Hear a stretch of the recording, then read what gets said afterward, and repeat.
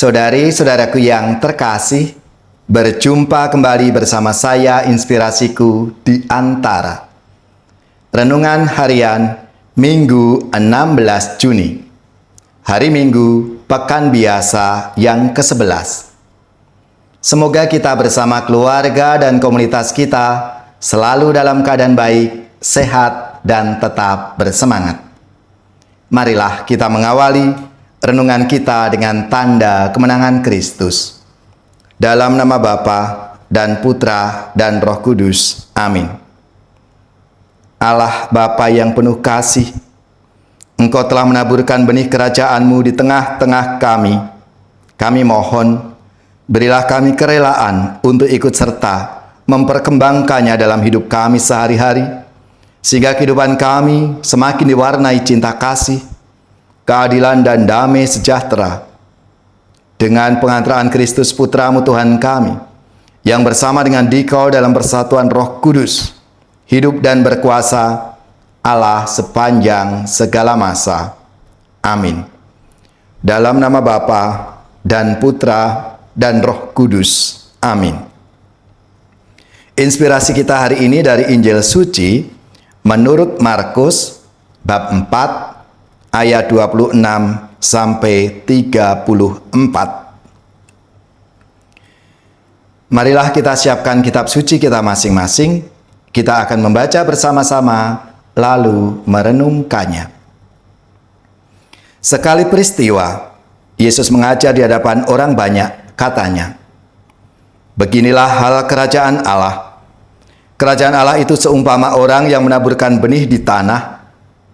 Malam hari ia tidur, dan siang hari ia bangun, dan benih itu mengeluarkan tunas, dan tunas itu makin tinggi. Bagaimana terjadinya orang itu tidak tahu.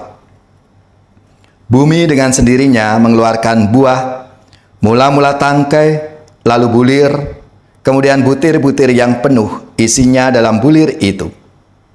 Apabila buah itu sudah cukup masak, orang itu segera menyabit, sebab musim menuai sudah tiba."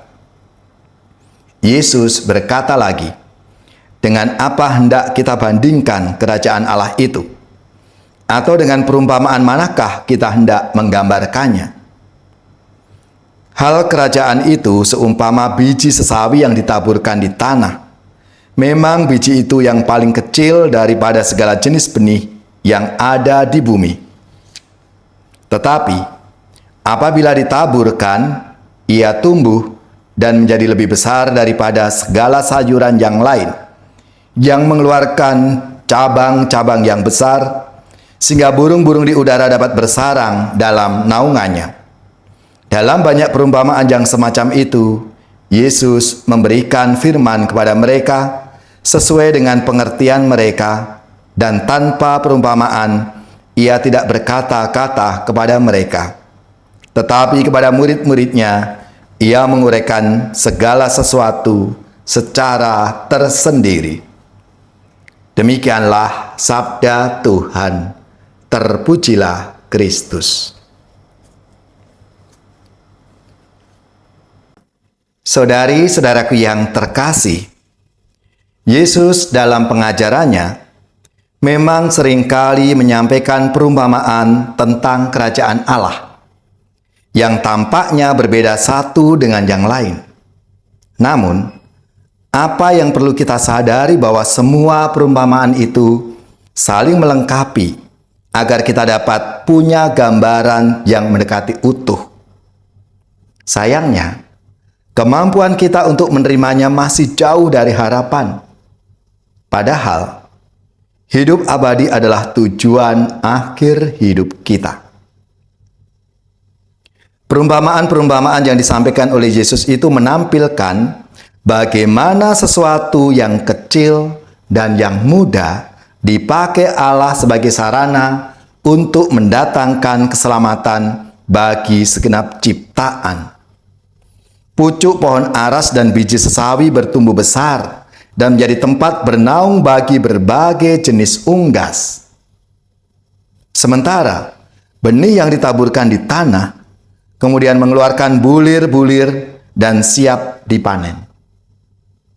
Saudara-saudariku yang terkasih, memang sebagai perumpamaan dapat kita katakan bahwa Tuhan Yesus tidak secara langsung sedang berbicara tentang alam dan kelestarian atau keutuhan ciptaannya. Yesus sedang berbicara tentang kerajaan Allah. Akan tetapi, kita tetap dapat mengambil inspirasi bahwa kerajaan Allah itu mencakup seluruh alam semesta. Allah merajai segala sesuatu. Dan tentunya dengan berbagai macam cara. Kerajaan Allah yang amat besar tentu tidak dapat dimengerti sepenuhnya oleh manusia yang sangat kecil bila dibandingkan dengan seluruh alam semesta ini.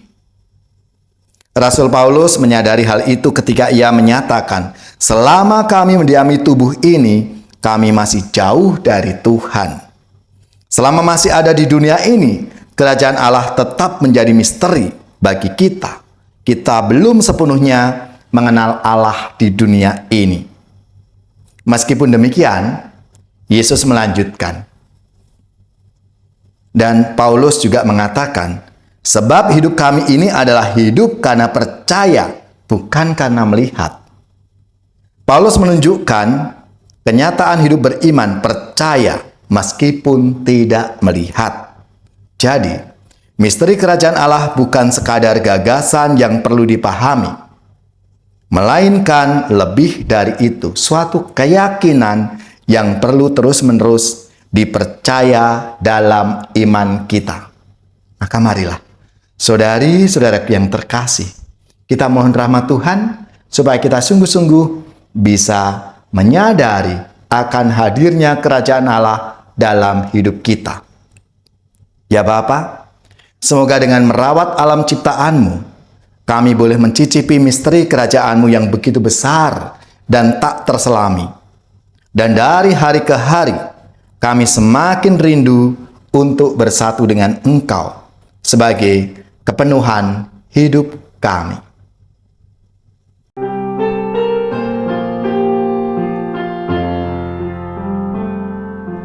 Panggilan Tuhan bagi umatnya di atas bumi ciptaannya, api cintanya, nyala kasihnya, sumber semangat bagi kita.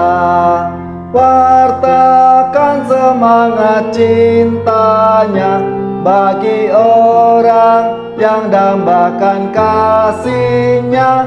Mari kita puji Tuhan yang telah mengutus putranya.